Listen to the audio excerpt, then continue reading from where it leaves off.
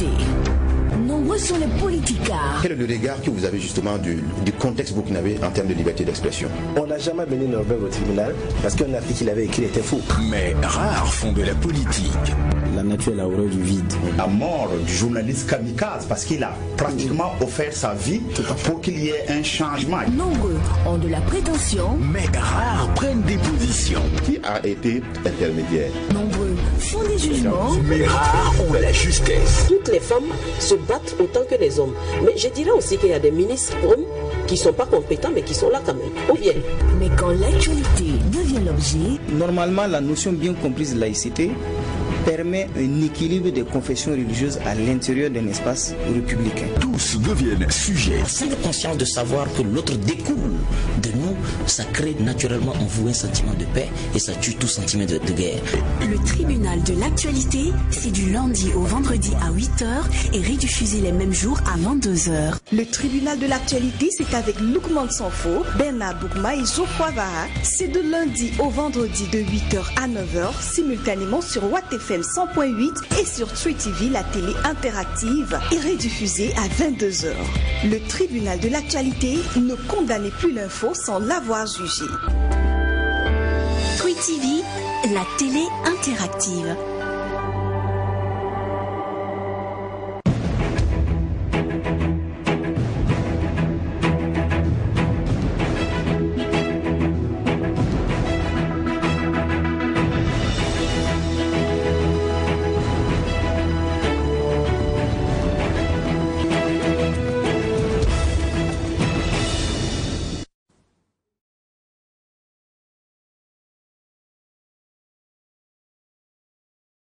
Voilà, mesdames, messieurs, bonjour à tous et bienvenue au tribunal de l'actualité. Nous travaillerons ensemble pour soutenir le courage là où il y a la peur, ou encourager la négociation là où il y a le conflit et donner l'espoir là où règne le désespoir. C'est une promesse faite au peuple sud-africain par Nelson Mandela. Merci Didier Méditier en cette journée du 9 septembre 2019. Bienvenue au tribunal de l'actualité. Première convocation pour cette semaine. C'est tout un plaisir de vous retrouver. Je suis Lukman Sanfo. Pour ceux qui nous suivent en radio, merci de nous suivre également à travers True TV, la télé interactive. Bonjour au juge au siège. Bonjour Président, bonjour juge Vaha, bonjour Madame, Messieurs. Bonjour juge Bougma, bonjour Président, bonjour auditeurs et téléspectateurs.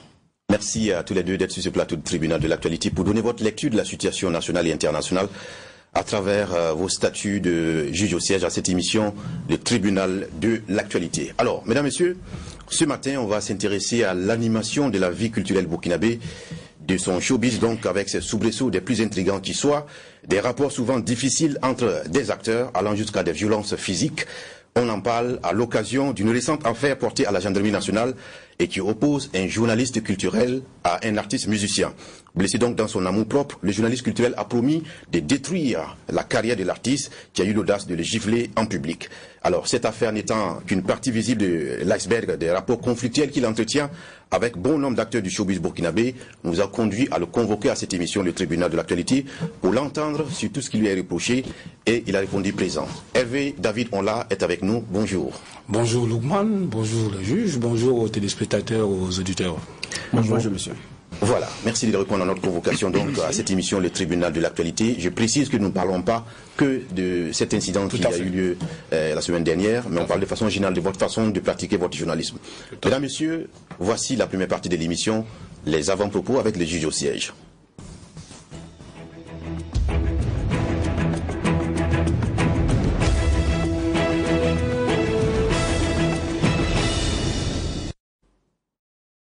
Nul n'a le droit de condamner l'actualité sans un jugement conséquent. C'est pour cela que nous nous retrouvons du lundi au vendredi pour porter notre jugement critique et pluriel sur l'actualité. La première partie de l'émission est baptisée les avant-propos et c'est le juge Vaha qui prend la parole en premier pour ce lundi.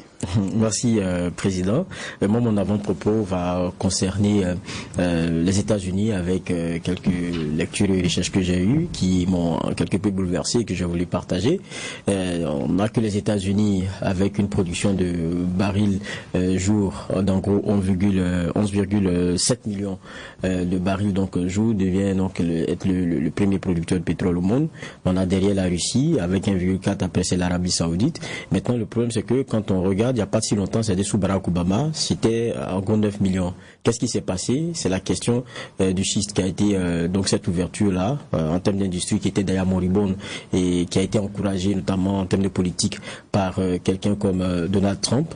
On comprend comment des choix peuvent impacter fortement un pays et qui plus est le monde entier, parce qu'aujourd'hui derrière ce regain de production, on sait qu'il y a quand même une réserve, parlant du bassin d'Amiens, d'en gros 70 milliards vers lesquels ces entreprises-là donc ont déferlé, et ça fait craindre beaucoup parce qu'on a dans la prochaine décennie des États-Unis qui risquent de tenir pour 75% de ce que nous avons comme offre mondiale en matière de pétrole.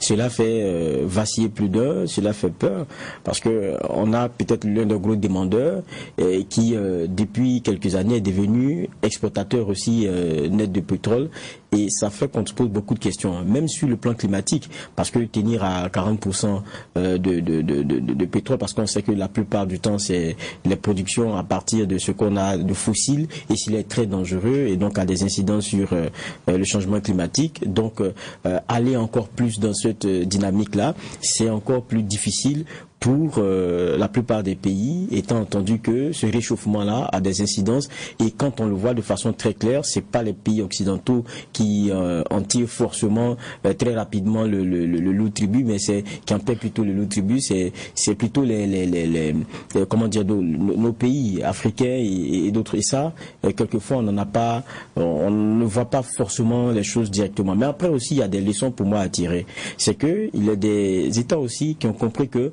c'est pas parce qu'il y a une richesse aujourd'hui qu'il faille tout puiser et après se poser la question de savoir vers où on part. C'est-à-dire que je parle d'énergie fossile, c'était des possibilités que les États-Unis avaient depuis longtemps et qu'ils ont depuis longtemps. Et derrière, il faut savoir que la guerre du pétrole, c'est celle-là qui dicte beaucoup de choses dans le monde d'aujourd'hui. La guerre de l'énergie, ce n'est pas un secret. Qui la remporte est celui qui domine.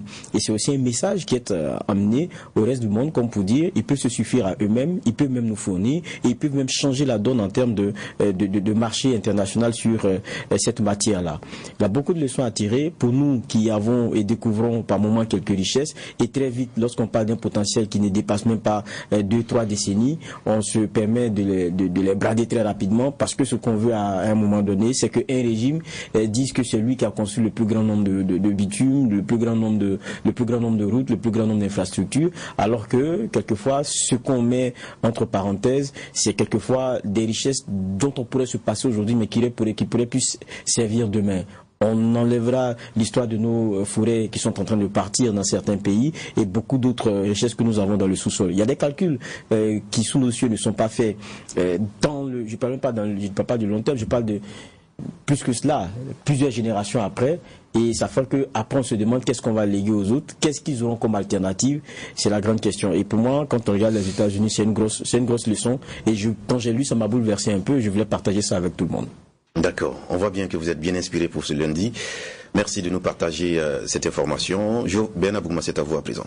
Merci Président. 2 avant-propos, d'abord un au Burkina et un à l'international. Vous savez bien la règle, Bernard Bougma. Justement. Donc, D'accord, en 60 secondes, rapidement. Merci Président.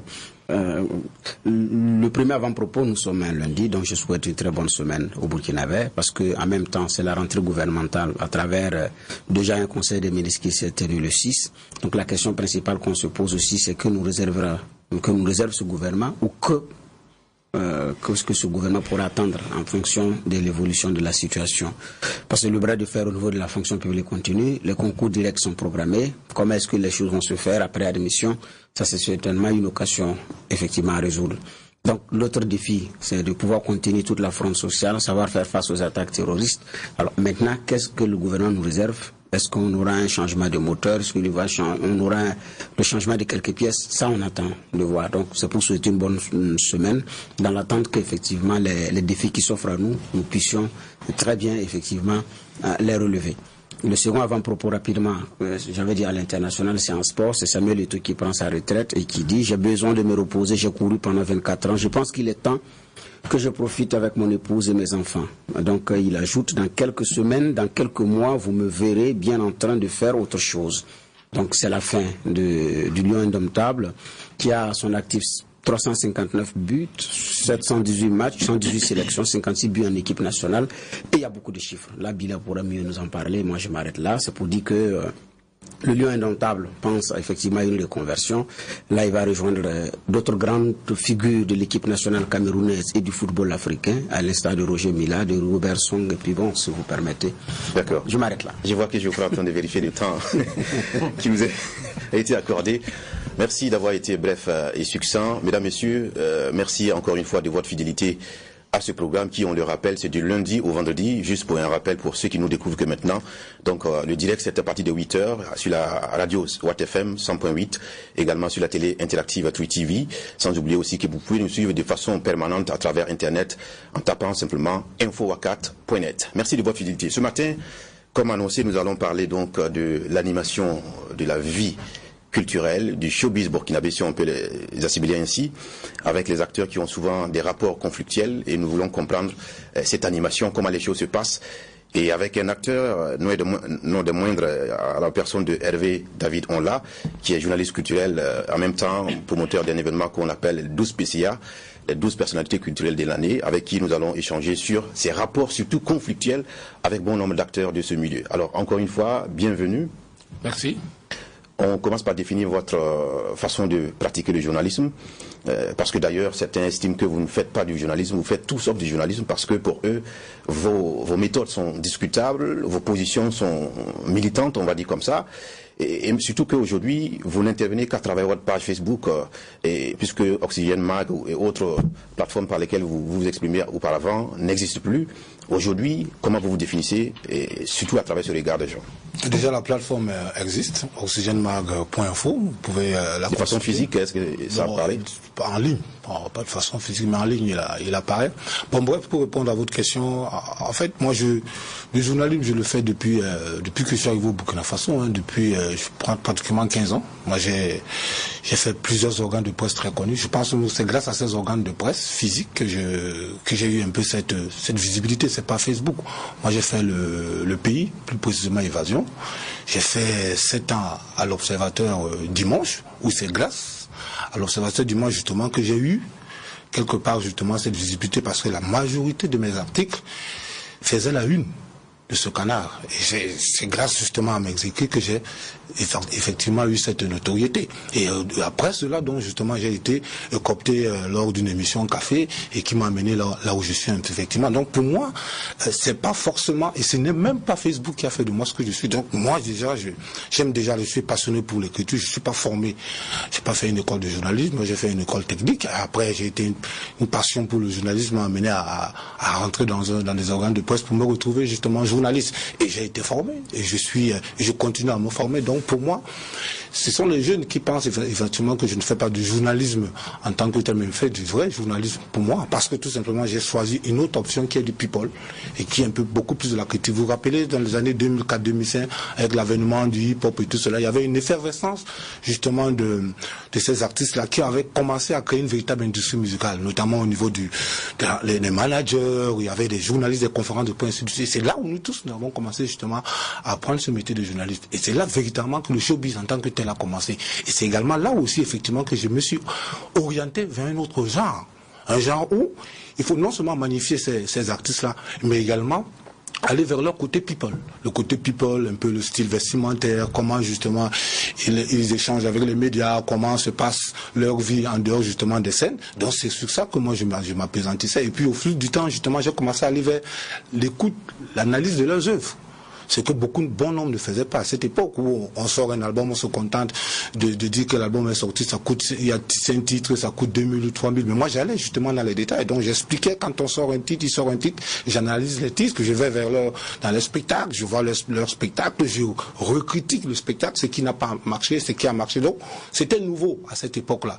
Et voilà pourquoi, à un moment donné, on estimait que quand je disais positivement, quand je racontais positivement une actualité, on estimait que c'était bien, c'était louable. Mais quand j'allais véritablement avec cette critique, ce que j'ai pas apprécié, on estimait que je portais atteinte justement aux artistes.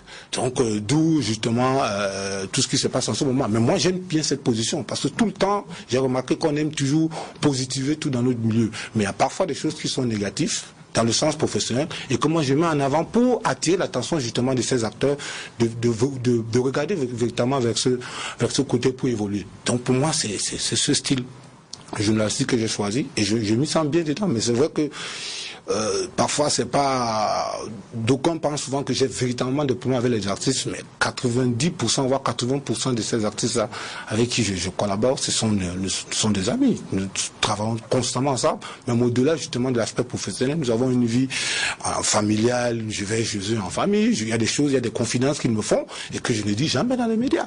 Je suis pas le genre de journaliste qui fait du commérage. Il y a beaucoup qui viennent se confier à moi pour que je résolve certains de leurs problèmes. Je ne vais pas les citer ici parce que c'est strictement privé. Donc au-delà de ça, mais moi j'aime surtout m'intéresser à tout ce qui est artistique, à tout ce qui est professionnel, mais véritablement dans la critique. D'où le fait que parfois les gens ne sont pas tout le temps contents de mes écrits. Oui, vous l'avez dit vous-même, hein, vous avez une certaine notoriété dans ce milieu grâce à vos écrits, mais en même temps vous êtes l'enfant mal aimé de ce milieu, si on peut le dire ainsi. Vous avez dit tout à l'heure que vous avez certainement des informations privées que vous ne dévoilez pas, mais c'est pas forcément le cas, parce qu'il y a certains aussi qui nous reviennent pour des informations qu'ils vous ont données, soit pour demander conseil ou avis là-dessus, et paf, ça se retrouve sur la toile en train de travailler contre leur carrière. Il y a des informations sur le plan, moi je prends des exemples, pas forcément citant certains artistes. Il y a des informations, par exemple, sur la sortie d'un artiste qui sort un album. Il sort le premier album, je lui prodigue des conseils par rapport à ce que j'ai pas aimé. Il sort un deuxième album, c'est les mêmes erreurs que moi j'ai constaté, que certains constatent également. Je lui fais la même remarque. Il sort un troisième album, c'est pratiquement la même chose. Mais qu'est-ce qu'il faut faire? Moi, je suis un journaliste, au-delà de ça. Bon, apparemment, j'ai constaté que quand ce sont des informations, des critiques que j'ai fait en privé, on s'est dit, bon, c'est Hervé, on l'a, donc c'est entre nous, les amis et tout. Bon, je ne vais pas prendre ça en compte. Bon, mais quand je vais justement, je fais un article là-dessus pour interpeller de façon publique un spectacle que j'ai pas aimé ou bien un album que j'ai pas aimé, bon, on dit ben pourquoi il faut qu'il aille, pourquoi il n'a pas consulté l'artiste en privé. Mais au-delà de ça, moi je suis d'abord un journaliste. Je n'interviens pas forcément sur sa vie privée, mais si c'est une activité, si c'est un album qu'il a sorti, bien un spectacle que j'ai vu officiellement, je peux faire une critique là-dessus. Mais j'en fais souvent et beaucoup même en privé. Donc parce que c'est professionnel de que j'en fais, bon, on estime qu'il fallait que j'en parle en privé, mais au-delà de ça, moi je suis un journaliste. Et la majorité des critiques que je fais à certains artistes, c'est généralement des artistes que je connais. Ah oui, c'est surtout des artistes que je connais parce que je prends des cas comme Bila Kakoa, qui grâce à lui, ça je l'avoue, j'ai appris beaucoup la musique. Parce que quand on est journaliste, quand on fait une critique, il faut quand même aller sur des spectacles. Il faut rencontrer les artistes, leur poser des questions. C'est quoi un glissando? C'est quoi une basse? C'est quoi ceci? C'est quoi le trémolo? C'est quoi les aigus? Ainsi de suite. Mais c'est grâce à ces artistes comme ça, les Bila Kakoa, la Livre là-bas. Je vais dans le spectacle, je vais dans les répétitions. Ils me donnent des conseils, ils me prodiguent des conseils et je pose des questions. Pour que plus tard, quand je vais faire un article et quand je vais critiquer la sortie d'un album, je sais de quoi je parle. Et je suis suffisamment aguerri pour ça. Donc voilà pourquoi, parfois quand je fais ce genre de critique, je m'informe bien avant de le faire. Et j'assume souvent les critiques que je formule. Mais ce qui parfois m'amène souvent à certaines dérives, et ça je l'avoue, je ne suis pas une personne parfaite comme tout bon journaliste. Il y a le volet people, parfois qui n'est pas assez bien apprécié ici au Burkina Faso, et puis j'en paye la frais régulièrement. C'est le fait de m'intéresser par rapport sur la vie privé d'un artiste, notamment sa famille, notamment ses enfants, ainsi de suite. J'en ai payé les frais avec Adi et j'en assume les conséquences. Pour moi, à ce niveau de people, ce genre de people n'est pas encore accepté ici. Donc j'en ai payé les frais, d'où mon dévention justement à l'observateur, parce que j'ai pas tenu compte justement du contexte burkinabé. Mais peut-être ailleurs, ça allait passer, mais ici c'est pas passé, et puis j'assume les conséquences. Donc pour moi, j'estime que je fais toujours au mieux mon boulot. Et la preuve, c'est que parfois je reste très tard, 4h, 5h du matin. Pas forcément dans la nuit, dehors dans les spectacles, soit dans une boîte de nuit et tout, pas forcément de façon désuète, pas en tant que je m'avais fait du n'importe quoi, non. Quand je suis tout le temps dehors, même dans les boîtes de nuit, je fais tout pour être exemplaire. Ça prouve que justement, le métier culturel du showbiz qu'on fait, c'est pas un métier désuet, c'est pas un métier désuet, c'est des gens qui vivent de ça, qui gagnent leur vie par rapport à ça. Moi, je tourne partout dans le monde entier. En ce moment, je suis allé au Festival de Cannes grâce à quoi? Grâce à mes écrits sur Facebook. Moi, ce que j'écris sur Facebook, je ne raconte pas du n'importe quoi. J'ai pris Facebook sur cette page-là comme une page professionnelle. Quand on veut avoir des informations sur la culture, sur le showbiz, on va sur la page de Hervé Davidon là. Et quand vous arrivez sur ma page, c'est exclusivement de la culture que je fais. Et je le fais de façon professionnelle. Je continue à lui dire, je vais régulièrement dans des spectacles en Europe parce que justement, on lit ma page. Je vous raconte une petite anecdote. Je suis arrivé à Cannes, je voulais faire des articles sur Oxygène Mag Info. Quand on m'a expliqué comment ça se passe à Cannes, on me dit non monsieur, on n'a pas besoin que vous écrivez sur Burkina, sur Oxygène Mag Info. Écrivez sur votre page parce qu'on vous suit. Moi j'étais sidéré. On m'invite à un grand festival de Cannes. Moi, je suis journaliste, je vois tous les grands journalistes. Bah, le directeur me dit non, mais vous, nous, on préfère que la responsable de la communication me dit non, il faut que vous écrivez sur votre page. Et on verra au fil du temps. Et c'est ce que j'ai fait. Et après, maintenant, ils ont estimé que l'année prochaine, que je viendrai maintenant écrire sur la page du festival de Cannes. Mais c'est parce que, justement, j'ai fait tout pour être professionnel dans ce que je fais. Mais malheureusement, parfois, les gens prennent ça comme si je sais pas quoi, bon, autre chose. D'accord. Une dernière question de généralité en ce qui me concerne, puisque vous aimez fouiller aussi dans la vie privée des gens. Dernièrement, vous y étiez gravement malade, vous avez un mal de pied, vous avez alité pendant longtemps. Mais curieusement, contre toute attente, on va dire comme ça, on a vu un élan de solidarité des acteurs de ce milieu culturel qui était à votre chevet, et ce qui étonnait plus d'un. Est-ce que après cet épisode-là, vos rapports ont évolué en ce qui concerne certaines personnes? Beaucoup, hein, beaucoup. Ça, je profite déjà de votre antenne pour saluer, pas forcément seulement les acteurs culturels, hein, parce que j'ai vu il y a des personnes que je ne pouvais pas imaginer, qui savaient que j'étais au Burkina, que j'existais, des hommes politiques, je sais pas, des hommes d'État, même de l'extérieur, partout, qui ont manifesté leur solidarité, que ce soit en m'appelant, que ce soit financièrement. Je profite, jusqu'à présent, je les ai pas rencontrés. Je profite pour leur dire merci. Ils veulent même pas me rencontrer parce qu'ils estiment que bon, ils ont apporté un coup de main, ils estiment que j'ai fait beaucoup de choses pour le Burkina, pour la culture. Donc, pour moi, je leur dis tout simplement merci. Ils n'ont pas vraiment besoin même que je les rencontre. Je pense que c'est des personnes comme ça aussi qu'il faut souvent saluer. Donc, moi, je dis, bon, et puis, c'est vrai, l'évolution du milieu à travers ce que j'ai eu, je pense que ça a plutôt montré que je suis suffisamment suivi. Donc, au-delà que c'est juste une minorité, justement, qui s'en prend parfois physiquement à moi. Je dis, si, ça, je le sais. C'est pas, à chaque fois, quand j'évoque justement mes soubresauts avec certains artistes, parfois, ça n'en arrive pas là où nous pensons. Ça s'arrête justement dans les débats, mais à un moment donné, quand ça devient physique, je commence personnellement à m'inquiéter. La preuve, moi j'ai une famille qui s'agrandit de plus en plus, donc si mon épouse, bien qu'elle soit très très jeune, elle me dit que se fait très attention plusieurs fois, et puis je pense à la légère. À un moment donné, c'est la première fois par exemple que je porte plainte. J'ai jamais porté plainte. J'ai eu beaucoup de soit en travers les inbox, qu'on me dit, beaucoup de choses, m'envoient des cercueils et tout cela. Bon, vraiment, je me dis c'est l'influence. Et puis il y a beaucoup de choses que je ne veux pas en parler, mais après tu te dis, bon, tu prends de l'âge, d'ici 4 ans, 5 ans, tu auras 50 ans, et après qu'est-ce que tu diras? Qu'est-ce que tu laisseras à tes enfants qui ont 3, 4 ans, 5 ans? Et puis après je me suis dit, ben tiens, il faut forcément que je pense également, pas forcément à moi, mais également à toutes ces personnes qui m'aiment et qui m'entourent. Donc voilà pourquoi après j'ai dit, bon, tiens, j'ai fait un travail sérieusement, sans véritablement penser à qui que ce soit, mais il ne faut pas aussi après que je mette d'autres personnes justement mal à l'aise, parce que je ne serai plus là, parce que je suis sorti pour faire un reportage à 1h du matin, à 2h du matin, après j'ai eu ce que je veux. Moi je pense qu'il y a aussi ça. Donc j'estime que le milieu est ce qu'il est, mais à un moment donné il y a des limites. Il faut savoir que ce côté buzz, quand je raconte une anecdote que j'ai eue avec un artiste ou bien une artiste, c'est pas forcément le buzz. Je suis pas un artiste, je suis pas un journaliste buzz. Tout ce que je dis parfois sur mes écrits, c'est ce qui est exact, et c'est ce que j'ai constaté. Mais les gens pensent toujours que Hervé, on a besoin de likes, j'ai pas besoin de ça. Moi, je prends ma page, comme je le dis, comme un journal où j'écris mes articles, et c'est grâce à ça que je vis. Donc je ne fais pas du buzz, et je fais uniquement mon boulot. D'accord. Je passe la parole à Geoffroy Vaha. D'accord.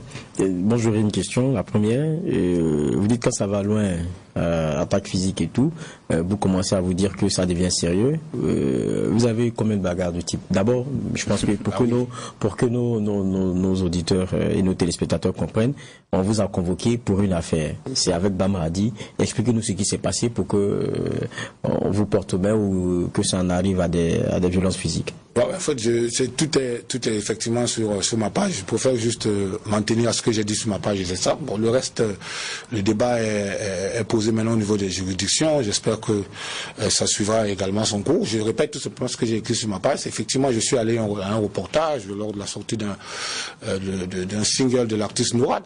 Je suis allé. Après, bon, au même moment, dans la même semaine, il y avait véritablement ce bouquin de Wali Bara, justement, qui fait la une en ce moment partout. Moi, j'ai relu ce bouquin et j'ai fait une analyse, comme je vous dis tout le temps, c'est un peu mon domaine, une analyse critique et tout. Et après, il m'a interpellé en inbox d'abord, et puis enfin, quand on s'est rencontrés, il m'a dit il y a certaines choses que je ne devais pas mettre, notamment la publication de l'intérieur du bouquin. Et puis moi, j'ai voulu justement qu'il m'en parle davantage pour que je puisse comprendre comme c'est un professionnel du métier. Donc, il m'a convié justement dans une salle un peu VIP où on peut facilement échanger pour qu'il m'explique, soit faire une interview, pour qu'il m'explique exactement le contenu de son œuvre. Et c'est par cette même occasion que nous sommes arrivés dans cette salle. Effectivement, dans la salle, il y avait des journalistes qui s'occupaient justement de tout ce qui concernait justement les interviews qui se passaient de côté. Et puis de l'autre côté, j'étais avec justement les acteurs culturels qu'on a retrouvés là-bas. Et puis il m'a invité à m'asseoir sur un long divan. Je me suis assis. Et puis au moment où je voulais donc justement m'entretenir avec le DG du BBDA, moi je savais pas que justement l'artiste Bamradi était justement juste assis à côté. Lui aussi, bon, Ali Bara était surpris de le voir.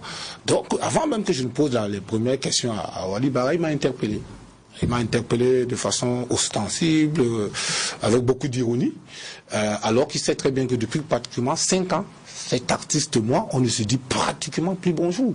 Parce qu'il fait partie de ceux qui vilipendent justement mon image sur les réseaux sociaux. Pas sur sa page, mais il vient même sur mes posts. Quand je fais une analyse sur une musique, au lieu de l'analyser, mais lui passe son temps justement à m'interpeller personnellement, en m'indexant de X ou de Y, je ne sais pas, d'une autre personne. Bon, pour moi, je ne réponds jamais, généralement, on me connaît. Je ne réponds jamais, j'enregistre ces personnes-là. Je les cible généralement. Je connais tout, je suis un journaliste, je fais beaucoup plus de recherches. Je connais tout. Ils sont minoritaires, comme je dis. C'est ceux, justement, qui s'en prennent à moi. Donc, moi, j'ai été surpris qu'il m'interpelle en public, comme si lui, au monde, était véritablement en bon thème. Je lui ai donc dit, honnêtement, j'aime pas ce comportement hypocrite. Je préfère qu'on en parle, parce que je suis là pour autre chose. Donc, ton comportement déjà ne me plaît pas. Il m'a demandé de répéter ce que j'ai dit. J'ai répété ostensiblement, les gens ont écouté. Il s'est levé, il est revenu devant moi. Il m'a encore demandé de répéter. Quand j'ai commencé à répéter, avant de terminer ma répétition, il m'a donné une baffe. En me donnant une baffe, vous savez que j'ai toujours un casque. Il m'a donné une baffe, il a arraché ma chaîne qui s'est cassée, qui est tombée. Il a cassé mes écouteurs. Et pour interpeller justement tout ce qui est dans la salle, je me suis levé. J'ai interpellé d'abord le directeur du BBDA en lui demandant s'il avait vu, si tout le monde a vu ce qui s'est passé. On m'a demandé de me calmer. J'étais vraiment dans les nerfs. On m'a demandé de me calmer. Tout le temps, lui, il a disparu. Je ne sais pas où il est parti. On m'a demandé immédiatement de me calmer. J'étais vraiment hors d'état. Je ne savais pas où mettre la tête. J'interpellais tout le monde qui était dans la salle. J'étais véritablement sonné. Donc, qu'est-ce qu'il fallait faire? Il fallait que je prenne juste 5 secondes pour me calmer. On voulait que je reste dans la salle. Je reste assis. J'ai dit non, moi, je vais sortir. Parce qu'il reste là. À mon état, vous savez, des hommes, quand ils sont nerveux, ils pouvaient tout casser. Donc j'ai dit, je vais juste sortir, laissez-moi, je vais sortir. Je suis sorti et je suis parti. Et c'est ce que j'ai raconté. Donc pour moi, à mon âge, quand je suis arrivé à la maison, je ne pouvais pas dormir. J'ai dit, bon, ça fait 47 ans, c'est à 7 ans que mon papa m'avait frappé, il m'avait porté une main. Une autre personne, 40 ans plus tard, me porte la main devant en public, avec toute l'image que moi j'ai, devant des personnes, devant des gens qui me respectent. C'est la première fois qu'on me porte main. Dans le milieu? Dans les autres milieux, je dis qu'on me gifle. Mais dans le milieu, parfois on m'étrangle, ça dit qu'on m'arrête, mais vraiment me frapper comme on l'a fait, moi c'est la première fois. Donc parfois on me bouscule, on m'arrête, on me tire les cordes et tout. Bon, après on se pardonne et tout. Mais me gifler, on me l'a jamais fait. On m'a jamais fait ça. Même mon épouse ne m'a jamais giflé. Donc, alors que je souhaiterais vraiment qu'elle me gifle le jour. Donc je me pose la question, je dis mais tiens, d'où je suis. Donc, après, je me suis dit, bon, j'ai fait un poste juste très tôt le matin, que je ne porterai pas plainte, mais après, qu'est-ce que j'ai reçu comme coup de fil? Non, grand frère, c'est pas bien, il faut porter plainte. Même des personnalités m'ont demandé de porter plainte, mais des gens, j'ai dit non, mais pour moi, je ne voulais pas porter plainte. J'ai dit, ça en est de tout. J'ai dit, bon, je porterai plainte.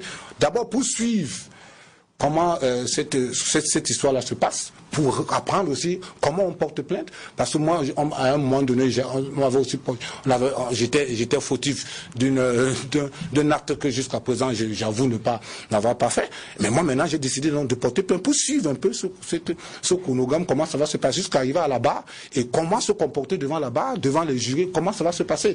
Que je sois fautif, il ne faut pas attendre la décision des jurés, c'est qu'ils diront, tant mieux. Si c'est à ma faveur, tant mieux, c'est pas à ma faveur, tant pis. Mais pour moi, c'est de suivre justement ce processus pour qu'on sache qu'enfin, moi je fais un métier qui doit être valorisé. C'est pas parce que je suis dans le milieu culturel, c'est pas parce que je critique des artistes que je suis un paria, n'est-ce pas, du milieu. Non, je voulais faire mon travail de façon honnête et humblement.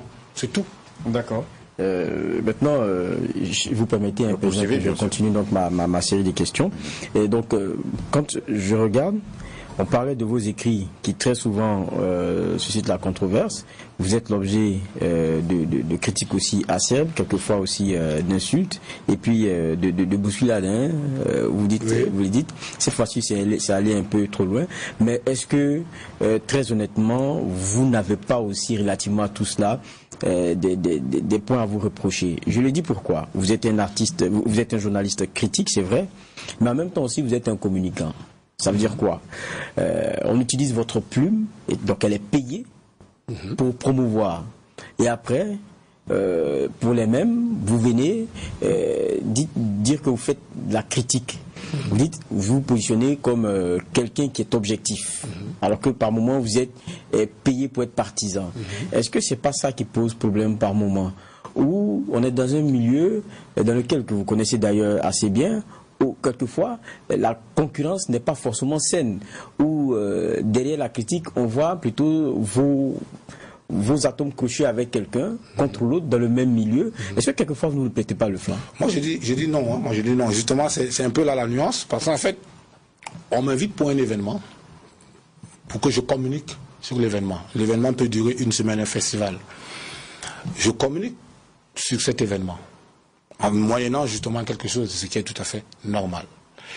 Et bien entendu, ils savent, et ils me le disent, qu'après la communication, je prends ma casquette de journaliste, et si je veux faire une critique après l'événement, je prends un sujet qui m'a paru pertinent, et puis j'en fais une critique. Et j'en fais régulièrement avec le FESPACO, avec la SNC, avec les Koundé, avec tout ça. Je communique. Effectivement, parce que ma page est très suivie. Les artistes qui arrivent, on m'invite à l'aéroport, faire des interviews, ainsi de suite. Je le fais. Simplement et bien. Et je cherche toujours des sujets qui n'ont pas forcément attrait à ce que tout le monde sait. Donc je pose des questions. Et après le Koundé, après le FESPACO, après la SNC, je fais une analyse critique de ce que j'ai aimé, de ce que j'ai pas aimé. Et ça, parfois les gens estiment que ceux qui ne sont pas dans le milieu, dans le monde de la presse, estiment que j'en fais peut-être un peu trop, que je suis à gauche, je suis à droite, mais non, ça ne se fait pas. Mais j'utilise parfois, mais surtout pas. Surtout pas. C'est même surtout, c'est ce que je veux souvent même éviter. La preuve, à chaque fois quand j'ai des altercations avec des artistes, j'annonce tout simplement que j'ai une altercation, mais après je ne fais rien.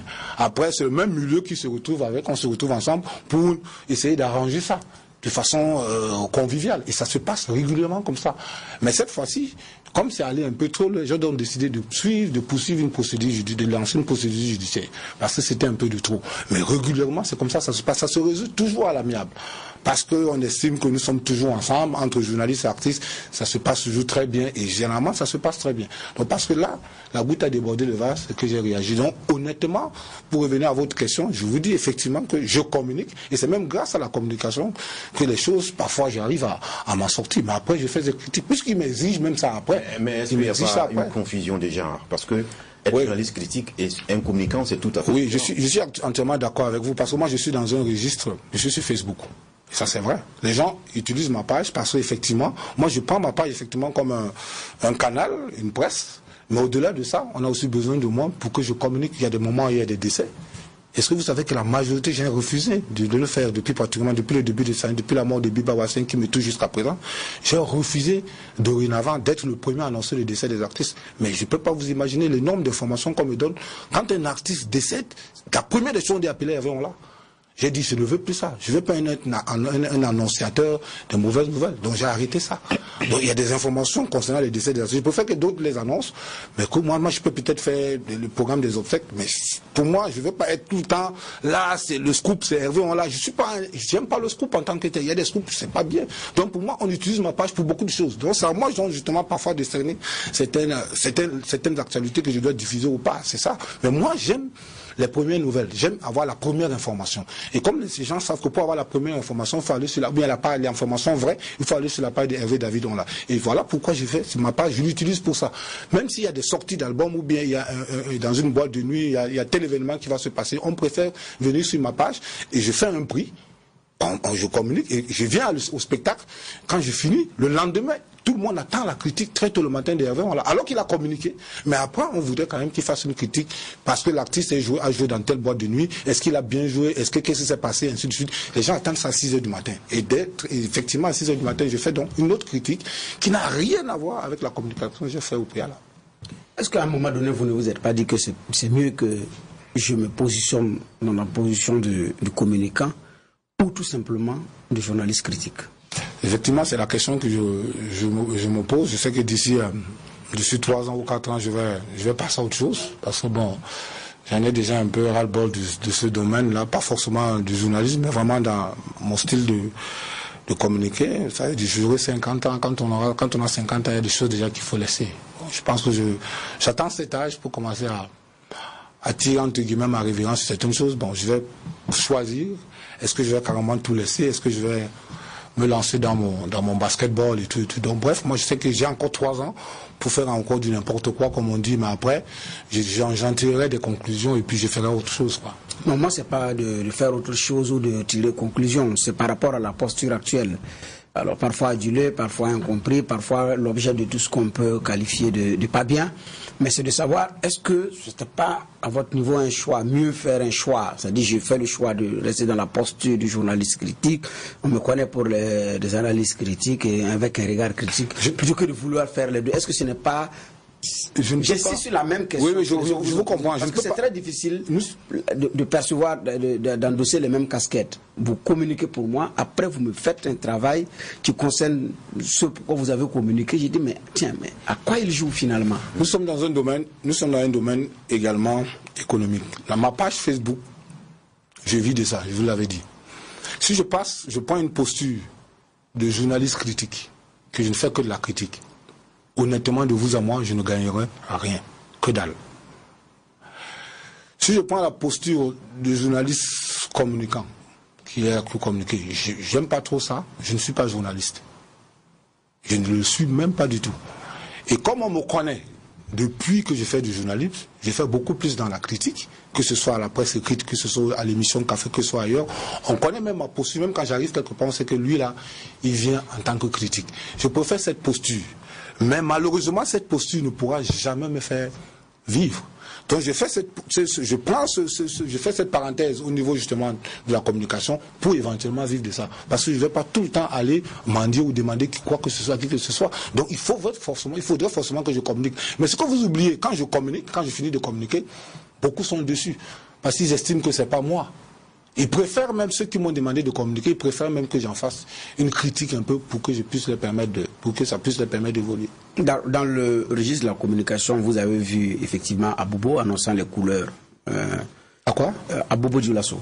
Alors, vous avez vu lors du passage de Rama à Bobo. Oui. Mais après, on a vu effectivement les images que vous avez montrées, effectivement cette mobilisation qui a été réussie. Maintenant, le travail critique, est-ce qu'il est venu après? Oui. Concernant Rama, ma fille, c'est une artiste qui m'a interpellé justement parce que je suis à travers ma page et parce que je suis quelqu'un qui est très très critique. Elle m'a appelé en aparté, elle m'a dit, je crois qu'il y a de cela 3-4 ans, elle m'a dit, papa, je voudrais travailler avec toi. Je suis en train de sortir une œuvre et je voudrais que tu fasses du buzz autour de ça. Voilà le programme, je vais aller à Bobo, ensuite si ça marche bien, on va aller ailleurs. Le buzz, on va faire tout un tapage autour de ça. Moi j'aime bien ça. Et j'ai dit, bon, dans ce cas, moi, je vais t'accompagner pour justement cette œuvre que tu vas sortir. À cette époque, elle avait fait des affiches publicitaires dans la ville. J'ai beaucoup aimé ce style, un peu à l'ivoirienne, à l'américaine et tout. J'ai beaucoup aimé ça. Et comme elle m'a coopté, vraiment, c'était sans contrat. parce que c'est une jeune fille que j'aime bien, je continue toujours à encourager. J'ai donc décidé de l'accompagner. Nous sommes allés à Bobo, elle a fait vraiment tout ce que vous avez vu. J'ai beaucoup aimé, j'ai fait même des selfies et tout, parce que c'était du jamais vu. Et moi, c'est ce que je veux. Et c'est ce que je voulais pour la part des artistes. C'est-à-dire essayer de créer ce vrai buzz, et puis après, il y a quelque chose qui suit. Donc dès qu'on a fini, j'ai fait venir des journalistes et tout s'est très bien passé. Dès qu'on est revenu, elle a eu cette notoriété, et puis ensuite, maintenant je m'attendais véritablement que ce soir, l'œuvre est sortie, on a fait le buzz, maintenant qu'elle continue à communiquer sur l'œuvre. Donc en fait, j'ai constaté que c'est pas l'œuvre qui l'intéressait. C'était beaucoup plus sa personne et ses réseaux sociaux. Je l'ai interpellé à plusieurs reprises. À plusieurs reprises, je vais sur elle, je la connais, on bouge beaucoup, je lui donne des produits, des conseils, c'est ce qu'elle voulait. J'ai même fait intervenir beaucoup des autres personnalités, que jusqu'aujourd'hui je tairai toujours les noms, pour qu'on puisse lui prodiguer des conseils. Et chaque fois quand on la voyait, quand ses parents la voyaient, on dit, réfère-toi à Hervé, on l'a passé, c'est seul Hervé, on l'a qui peut te recadrer. Et je vous l'avoue ici ce soir, ce matin, honnêtement, j'ai tout fait pour Rama. C'est pas une question financière. Parce que c'était véritablement une question financière, je suis sûr que je n'allais pas être là où je suis. J'ai accompagné cette jeune fille uniquement pour qu'elle ait une aura à travers son œuvre. Et je la prodiguais et des conseils avec sa fille, avec tout ce qui l'entourait par rapport à ça. Et c'était des vraies critiques, elle-même le sait. On est allé à Abidjan, on s'est assis, je lui ai dit exactement, on s'est parfois manqué, mais vraiment sans aller au-delà de ça. Mais après, la seule chose, et ça je vous le dis aujourd'hui, c'est le jour où elle m'a appelé pour que je lui donne des conseils concernant une vidéo qu'elle devait publier. Et la vidéo, elle était en train, moi je comprends pas très bien le mot, elle était en train de dire beaucoup des insanités aux personnes, aux mamans, des gens, ainsi de suite. Elle m'a dit de lire, de regarder la vidéo et de lui prodiguer des conseils parce qu'elle voulait publier ça. Donc j'ai pris, je lisais, j'avais vraiment la chair de poule sur moi. Avant même de terminer la vidéo, je me suis pratiquement mis à genoux en lui disant, il ne faut pas publier cette vidéo. Si tu m'as appelé, je viens de Nagné, j'ai pris ma moto, je suis arrivé ici. Si tu as voulu que je donne des conseils, vraiment ne publie pas ça. Et avant même que je ne termine, elle me dit, papa, j'ai publié. Bon, écoutez, avec tout ce que avec tout le statut, avec ce que j'ai dit, elle a publié. On sait que Rama et moi, après je suis parti le lendemain.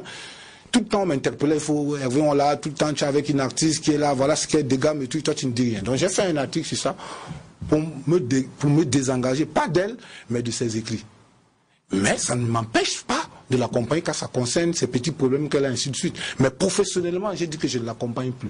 Mais quand elle a eu des petits soucis, quand elle est même au niveau de la justice, même quand elle était à la maison d'arrêt, je suis allé la rendre visite. Donc pour moi, je garde toujours cet esprit professionnel avec elle, mais il n'y a rien, absolument rien entre Rama et moi concernant vos histoires de je communique, je fais la critique. C'est une fille qui me coûte beaucoup, mais malheureusement quand je tourne le dos, elle fait le contraire. C'est dommage. Alors cette situation met en même temps une réalité.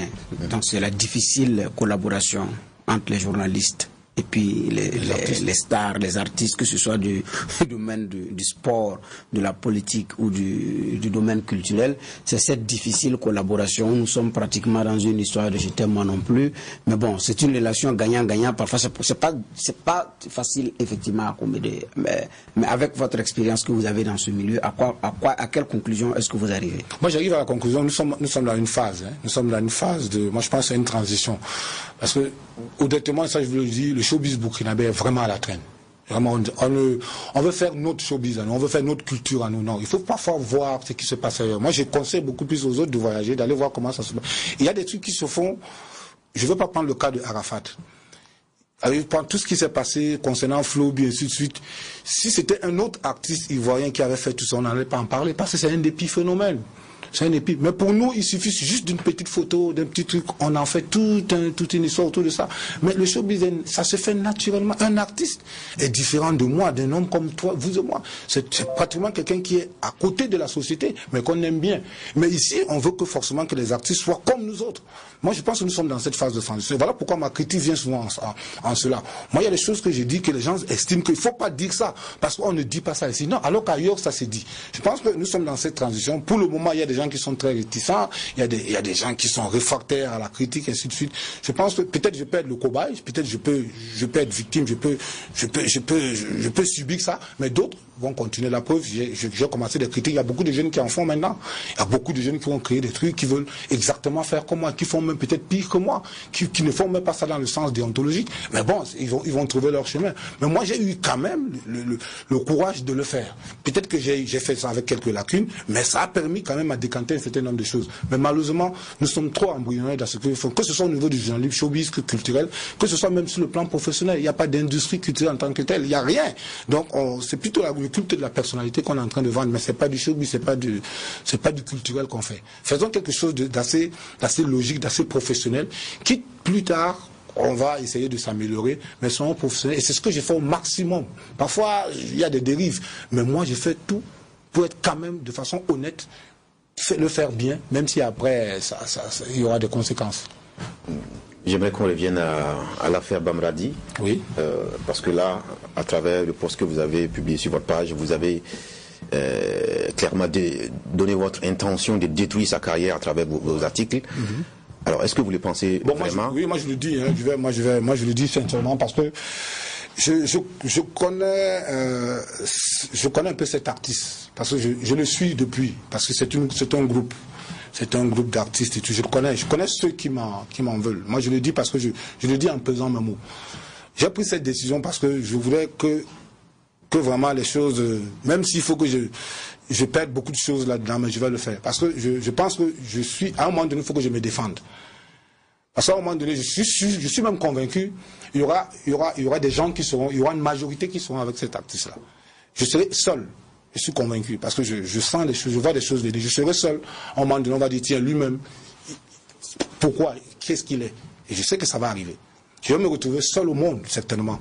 Et je m'attends à ça. Parce que je termine, parce que je dis... journaliste culturel et en même temps rancunier, ça fait beaucoup. Non, je le dis parce que je sais qu'à un moment donné, on va peut-être dire que j'aurai tort, que j'ai eu tort de le faire. Je sais. Mais à un moment donné, je vais rester seul. Je vais dire, mais tiens, je ne me suis pas défendu. Donc moi, je me dis, j'ai dit ça parce que je me dis que quelque part, ça va très mal se passer. Peut-être qu'on va lui donner raison. Peut-être qu'on va lui donner raison. Et moi, dans mon sentiment propre, dans ce que j'ai voulu faire d'honnête, et qu'on estime que moi, ce que j'ai fait, j'ai eu tort, la preuve, c'est que quand je suis allé à la Mako 6 mois, je m'en veux jusqu'à présent. C'est vrai que c'est pas ça qui m'a poussé à aller là, mais c'est le fait que mon ex-bailleur a pu affirmer devant la barre que moi, je lui ai porté la main. Je ne peux pas me passer de ça. Je fais le maximum d'être honnête dans ma vie, que si quelqu'un regarde les jurés et dit officiellement, vient avec des ordonnances pour dire que moi je l'ai frappé, lui et moi on se connaît, Dieu est témoin. À un moment donné, si ça aussi ça arrive, que c'est maintenant moi qui porte plainte, et on me dit, moi, il ne m'a pas frappé, je dis, ben tiens, à un moment donné, je serai toujours comme ça. Donc tout ce que je vais dire, c'est toujours faux. Tout ce que je vais dire, c'est toujours moi qui ai tort. Donc je vais dire, mais tiens, bon, il faudrait forcément à un moment donné que je me défende. Et je vais me défendre jusqu'au bout. Parce que je connais cette fatwa qu'on est en train de créer autour de ma personne, parce qu'on estime que je suis quelqu'un qui vient détruire. Or, je ne viens pas détruire. Donc, par conséquent, je le vois venir, et je sais où il est, et je sais quels sont les partisans qu'il aura autour de lui, et je les connais. Donc, moi, je vais me préparer en conséquence, déjà pour être moi-même, et à chaque fois, quand il y aura quelque chose qui va se passer, qu'il aura fait, moi, j'aurai ma façon aussi, je vais aussi me défendre. Même si c'est une sorte de légitime défense, je vais le faire. C'est important. Alors, vous parlez de détruire, vous parlez de défendre, vous attaquez, finalement, vous défendez. Non, quand je dis je vais le détruire, c'est pas dans le sens physique où je veux. Quand vous avez dit la carrière. Oui, peut-être sa carrière, oui. Parce que quand je dis sa carrière, c'est ce que je fais. Évidemment, quand je fais un article, enfin, il a fait une œuvre, comme moi aussi, quand j'écris des articles, il vient m'attaquer, moi aussi, je vais le faire. Parce que chaque fois quand j'écris un article, il me dit autre chose. Il me raconte, il m'insulte. Moi aussi, je ne le faisais pas. C'est ce que moi je vais faire. Oui, mais je tellement indispensable que vous pensez que vos seuls écrits peuvent détruire la carrière d'un artiste. Pas mes écrits. Parce que lui, quand je fais mes articles, quand j'écris mes articles, il vient me détruire également. Il écrit beaucoup de choses, des insanités sur ma personne. Maintenant, lui aussi, quand il sortira ses œuvres, je vais en faire autant. Je ne le faisais pas. Mais moi, je vais en faire autant. Moi, j'ai aussi ma plume. Raconter des insanités ou être critique, objectif? Raconter des insanités à ma personne. Non, je veux dire, le concernant, vous allez... Être critique, bien sûr. Être critique. Objectif au moins. Bien sûr. Être très objectif. Mais je vais plus me focaliser sur ce qu'il fait. Sur le plan professionnel. C'est-à-dire ce qu'il fait, son comportement en public, quand il a fait un spectacle, comme le rendu, bon, s'il chante faux, et je dirais qu'il a chanté faux, s'il est hors gamme, je le dirais, je vais beaucoup plus me focaliser sur ça. Mais s'il a un spectacle qui s'est très bien passé, je le dirais, j'en ai fait. Je prends le cas de Floby. j'aime bien citer ce garçon. C'est un bon exemple pour moi, je suis fier de lui. Je suis très fier de ce garçon. Parce que j'avais fait une critique, une très belle critique à mon humble avis. La preuve, on le voit aujourd'hui. Les gens ne veulent pas le dire. Mais moi, je le dis officiellement. Moi, quand il me voit maintenant, il me remercie. Il me l'a toujours remercié. Parce que j'avais fait une critique, pour moi, j'avais estimé que c'était objectif. Et quand il s'est recadré, il est devenu le chouchou de tout le monde. C'est mon chouchou en ce moment. Demain, après-demain, s'il déconne encore, si je trouve qu'il déconne, je en ferai autant. Mais ça ne veut pas pour autant que moi, pour autant dire que moi, je l'en veux particulièrement, j'avais en son staff. C'est ça que moi, je veux dans notre milieu. On peut dire aujourd'hui non, et après-demain, on dit oui. Ça ne veut pas dire qu'on est à la balance, non. Si on estime que l'artiste a changé dans le bon sens, mais dans un autre sens, et que le peuple sache que c'est bien, tant mieux. C'est ce que moi je veux. Monsieur Oula, est-ce que vous n'étalez pas aux yeux du peuple burkinabé que vous manquez de hauteur pour passer cet épisode, parce que c'est un épiphénomène. Même quand on tape sur Internet, vous allez voir bien de personnalités qui ont reçu des gifles et tout, mais ils ont pu prendre de la hauteur et passer l'événement. Vous en faites tout un tabac, parce qu'un artiste vous a porté main, vous aurez porté main, on va dire même, parce que là, il y a sa version aussi. Alors, est-ce que vous pensez à votre crédit, à l'objectivité dont vous devez faire montre? Oui, c'est vrai que j'y ai pensé. Moi, la preuve, quand j'ai écrit, déjà même, j'avais dit balafré. En fait, vous savez, quand vous dites, j'écrivais, quand vous êtes sur votre computer, vous écrivez baffé, parfois l'ordinateur a mis balaf, alors qu'il ne m'a pas balaf. Puis après j'ai écrit que je n'ai pas été frappé et tout, que je n'ai pas été blessé et tout, j'ai bien écrit après. Mais après j'ai constaté plus tard que bon, c'était plutôt baffé au lieu de c'est balafé qui est sorti. Bon, bref. De toute façon, les internautes ont dit, bon, mais les internautes ont dit que oui, en fait, mais devant les juridictions, j'ai raconté exactement ce qui s'est passé, mais effectivement giflé, mais c'est pas des balafs. Donc bref, c'est ce que je voulais juste préciser. Mais ce que je veux dire, c'est que non. Moi, j'estime que... Moi, c'est même pas moi qui en parle. Hein. C'est parce que vous m'aviez invité sur ce plateau que j'ai décidé de faire une parenthèse là-dessus. Mais depuis, si vous voyez très bien, mon poste est resté intact. Je n'ai rien changé, je n'ai rien ajouté. Je n'ai même pas fait un autre poste. Et je n'en ferai même pas. Jusqu'à ce que la situation va se décanter. Je n'en ferai plus. Je ne ferai plus de poste. Tant que cette situation... Depuis que je suis sur Facebook, je n'ai jamais fait 2-3 jours sans écrire. J'en ferai peut-être 1 mois, 2 mois, 3 mois, voire plus. Je n'écris plus. Tant que cette situation ne sera pas... Parce que j'en ai pris ça vraiment au sérieux. Et ça, je vous le dis. Je présente même s'il faut que je ne fasse rien, que je reste à la maison sans rien faire, sans publier. Les gens m'ont envie d'aller dans les reportages, je n'y vais plus. Je n'y vais plus parce que je veux vraiment qu'on sache que j'ai été atteint. Pour un moment donné, il faut accepter aussi que moi je dise que c'en est trop. Donc pour moi, j'ai dit, même s'il faut que je reste sans rien faire, que j'abandonne tout, que mes enfants ne mangent pas, je vais le faire. Mais il faut que ce problème-là soit résolu, comme ils disent effectivement que j'ai eu tort, que je suis coupable, il est coupable ou pas. Bref, qu'on termine ce problème-là. C'est ce que je veux. Pour que ça puisse peut-être donner des leçons aux autres, pour qu'on dise que je ne suis pas là sur les réseaux sociaux pour avoir des likes. Je ne suis pas là sur les réseaux sociaux peut-être pour me faire, pour jouer à la personnalité très importante. Non, je suis là justement pour donner des informations. Et si certaines informations ne vont pas à l'encontre de certains artistes, mais c'est pas de cette façon qu'ils doivent me répondre. Je pense qu'ils peuvent me répondre, c'est par la même voie. Pour moi, c'est ce que je vais. Alors, plus que 2 minutes à passer ensemble, je pense qu'on va donner la parole au juge pour dire ce qu'ils en pensent. Bernard, que vous inspire cet épisode et l'animation de ce milieu culturel burkinabé? Vous savez que le milieu culturel, c'est bouillant, que ce soit ici ou ailleurs, c'est pas ce genre d'incident. C'est pas un long fleuve tranquille. Oui, pas du tout. Donc c'est pas ce genre d'incident effectivement qui manque. Entre posts virulents sur Facebook et puis parfois accrochage physique. C'est tout ce qui alimente, quoi. Voilà. Maintenant ici, bon, c'est qu'on a là quelqu'un qui est totalement frustré, qui est atteint dans son amour propre, qui se dit que j'ai passé plus que une bonne partie de ma vie à consacrer à la promotion et un regard critique dans le milieu culturel. Vers la fin, à 3 ans où je pense à une reconversion pour passer à autre chose, quand j'aurai tapé mes 50 ans. Donc, c'est en ce moment que ces choses arrivent. Donc, j'estime que peut-être j'ai fait tout ça pour ça. Est-ce que je ne suis pas payé à monnaie des singes? Maintenant, il faut qu'on m'entende pour savoir que, bon, moi aussi, j'ai un amour propre qui a été blessé, il faut réparer. Bon, c'est à cette conclusion j'arrive. Je peux me tromper, mais je m'excuse. D'accord avec vous. Voilà. Mais bon, je pense que, étant donné que l'affaire est maintenant devant les juridictions, le droit sera dit, la vérité sera connue, et puis bon, on passera à autre chose. Ça pourrait également lui permettre de passer à autre chose. Et vous n'invitez pas à retirer sa plainte? C'est d'abord personnel, et maintenant retirer sa plainte. En général, quand on retire la plainte, dans les cas que je connais, c'est en contrepartie de quelque chose. Donc, c'est sur quelle base, comment est-ce que ça se passe? Parfois, c'est de la négociation, parfois, c'est l'autre qui demande pardon. Donc, il y a des conditions parfois pour le retrait de la plainte. Comme il est libre également de dire, bon, j'arrête, je ne fais plus rien. Mais il dit qu'il n'écrira même plus tant que l'affaire n'est pas vidée. Donc, je ne sais pas est-ce qu'il le tirera un jour et dans quelles conditions. Ça, pour moi, je ne sais pas. Geoffroy, que vous inspire cette affaire? Bon, pour ne pas répéter ce que Bernard disait, c'est quelqu'un qui est blessé dans son amour propre, en tout cas dans le premier des constats, c'est ce qu'on pourrait faire à l'écouter. Et il a la réalité aussi que, pour moi, il y a des choses qui se condamnent de façon très claire, la violence.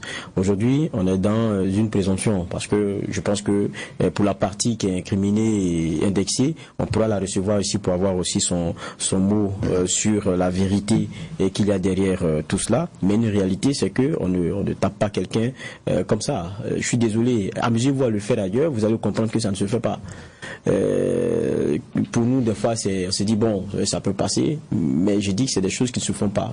On a vu tous ici des comment dire cela, un confrère qui a failli se faire violenter à son lieu de travail parce qu'on voulait défendre des positions là. On a tous fait front pour dire que c'était pas normal. On ne tape pas quelqu'un, ça c'est très clair aussi.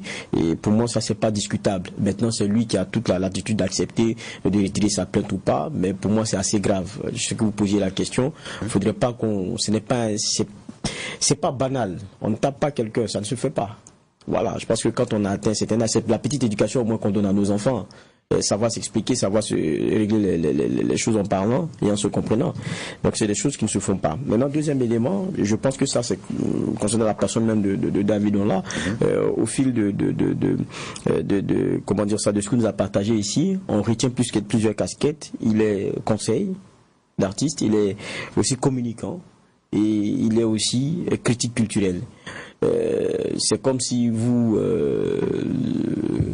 journaliste, vous êtes en même temps aussi communicant, vous êtes conseil, et puis vous venez vous asseoir pour critiquer d'autres partis politiques derrière lesquels, bon, je pense que ça fera un peu de désordre, c'est compliqué. Maintenant, c'est clair que True TV peut recevoir de l'argent pour communiquer, pour comment dire cela, diffuser certains produits, spots et tout ça. Et True TV peut avoir une rédaction qui se permet de critiquer un certain nombre d'éléments dans un esprit d'objectivité des plus clairs avec des journalistes aguerris, et voilà. Maintenant, si c'est la même personne physique qui le fait, ça finit par poser problème parce qu'on vous dira, vous prenez mon argent et puis après vous venez m'insulter. Maintenant, quand c'est une entité morale qui le fait, c'est différent. Vous aurez à rester dans votre critique culturelle, et puis pour les autres aspects, ça sera géré par d'autres personnes, étant entendu que l'entité morale vous appartiendra. Et c'est le problème qu'on a souvent avec souvent nos confrères, c'est qu'ils ont un média où ils sont les seuls à tout faire, et à la fin c'est à vous on donne de l'argent, et c'est vous qui venez après pour être critique, on dit vous m'avez insulté alors que je vous ai tendu de l'argent. Voilà. Point final pour cette édition du jour. Merci à vous, David Onla, d'être passé nous étayer, étaler encore, on va dire une fois, les faits, et aussi essayer de vous faire comprendre dans votre approche, votre pratique du journalisme culturel.